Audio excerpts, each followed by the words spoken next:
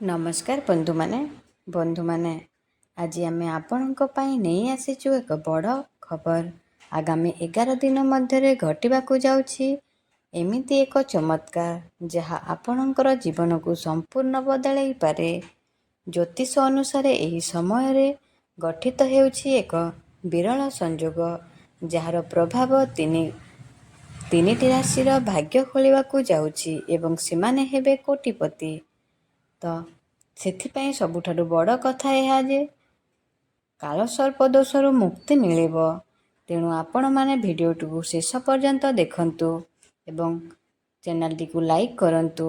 Comment box रे जय माँ लक्ष्मी जय जगन्नाथ अवश्य लिखि दियंतु। तो बंधु माने एही समय रे ग्रह मानकर स्थिति रे बड़ परिवर्तन हेउछि। शनि राहु और केतुंक प्रभाव कमिबा सहित माँ लक्ष्मींकर कृपा बढ़िबाकू जाउछि।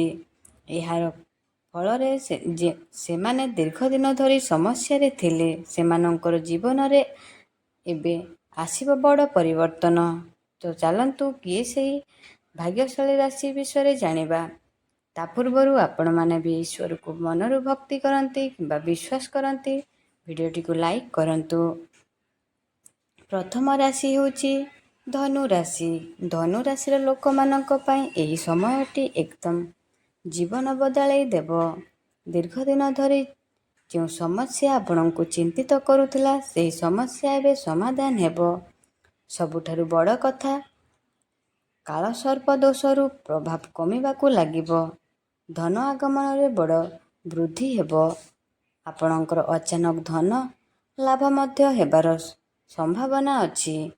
शिक्षार्थी माने पाइबे सफलता। परीक्षा रे आपणको भल फल आसीबो। चाकरी क्षेत्र रे मध्य बड़ सुजोग मिल पारे एवं आपणकर कैरियर रे आसीबो आपणको पई नुआ मोड़। जीवन रे आपणकर खुशी और सफलता और धनर वर्षा होई पारे। आपणकर बाणी को टिके नियंत्रण रखंतु नहले आपण समस्या रे पड़ी पारंती। आपणकर प्रेम जीवन बहुत सुख शांति रे कटिबो। द्वितीय राशि सिंह राशि लोक मानक पई एही 11 दिनर सत्य रे भाग्य परिवर्तन करदेव। जे काम रे आपण बारंबार विफल हेउथिले सेही काम रे एबे आसीबा सफलता। धनर आगमन हेबो। अनेक मार्गरु आपणको टंका लाभ हेबो। जेउथिरे आपण इन्वेस्ट करथिले सेथिरु मध्य भल लाभ मिल पारे। व्यवसाय रे आपणको ग्रोथ देखिबाकू मिल पारे। नुआ क्लाइंट मिलेबे एवं लाभ द्विगुण हबो।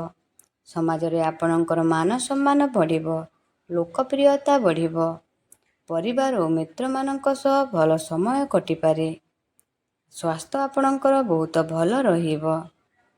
मेष राशि। मेष राशि लोकंक पई आगामी 11 दिन अत्यंत शुभ और लाभदायक रहिबो। दीर्घ दिन धरी अटकी रहिथिबा काम एबे तीव्र गति रे सफल हेबो। जो माने चाकरी खोजुथिले सेमानंकु नुआ चाकरी मिल पारे एवं जो माने चाकरी रे अछंती सेमाने पाई पारंती प्रमोशन एवं दरमा वृद्धि होई पारे। व्यवसायी माने एही समयटी खूब लाभदायक हेबो। आपणको नुआ डील हेबार संभावना अछि जହାର आपणको बड़ लाभ देई पारे। परिवार रे जीवन आपणकर खुशी आसीबो एवं घरे शांति और सम्मान बढ़िबो। आपणकर परिश्रमर फल एबे आपणको मिली पारे। आपणकर ऋण करज जहाँ भी थिला आपण सुझिबारे सक्षम होई पारंती। आपणकर डेली इनकम बढ़ी पारे। आपणको रोजगार करिबा पई नुआ नुआ रास्ता मिल जाई पारे। आपणकर शिक्षा क्षेत्र रे मध्य आपणको बहुत भल उन्नति देखिबाकू मिल पारे। आपण कोनोसी धार्मिक स्थान को यात्रा करि पारंती। तो बंधु माने आशा करूछि आजिर भिडियोटी आपण माननकु भल लागिथिबो। जदि भल लागिथिले कमेंट बॉक्स रे जय माँ लक्ष्मी जय शनिदेव अवश्य लिखि दियंतु एवं चैनल टी को सब्सक्राइब मध्य करि दियंतु। धन्यवाद। जय जगन्नाथ। जय माँ लक्ष्मी।